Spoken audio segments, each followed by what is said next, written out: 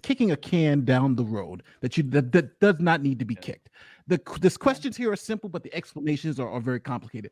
Did you send us everything? No. Right. And then I don't care what the explanation is, compression, all that stuff are red herrings. Did we get the original file? If we didn't get it, that's the problem. And you can rule on that, right? Well, they obviously didn't get it. We weren't able to prepare for it. We weren't able, the juries, we weren't able to prepare our case properly. That's it. All this other stuff and experts and all that stuff, it's to allow the judge to kind of get off the hook and allow the prosecutor to get off the hook. Forget all that. We should be thinking about this as a paper file. Did we get this piece of paper? Yes, we got it, but it was erased. Okay, so since we got the bad piece of paper file, what do we do? How do we correct that problem?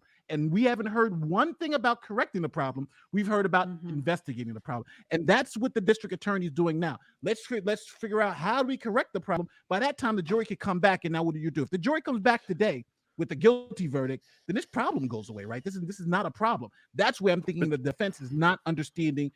They're not seeing the forest for the trees. Here, this is where we're supposed to be at. How do we get there? Are you all on the same page with me along the lines of what you're saying then, Nate? That at the very least, the defense should set up and said, let's suspend jury deliberation until this matter is resolved. Even if you don't want to decide on giving us a mistrial with prejudice, until this matter is resolved, let's suspend further jury deliberation. Send them home for the day, and let's take care of it. I believe you can ask for that. I think the argument that they should have been making is that, listen, whatever he's saying is true. We'll accept whatever explanation he's having is true. But the fact of the matter is we have a constitutional right to that information, and the information they sent us wasn't the full thing. How do we resolve that? Because that's essentially what we're trying to resolve here.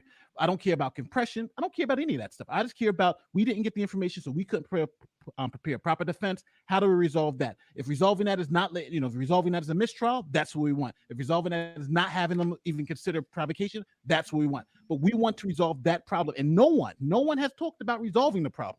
Everybody's talking about what the problem is and how do we determine whose fault it is. Forget about that. That's not what Kyle needs right now. That's not what Kyle needs right now. And it's interesting because before we started talking about it, that's the first thing I think Nick and Hogue said is like, okay, it's uncurable. This should be over, right? Barnes came in and said there should be a mistrial. We all said it, but now the judge hasn't said it, and it seems like the defense is not pushing that question, right? That's the question we all want to know. How do you fix this? How do you fix this? How do you fix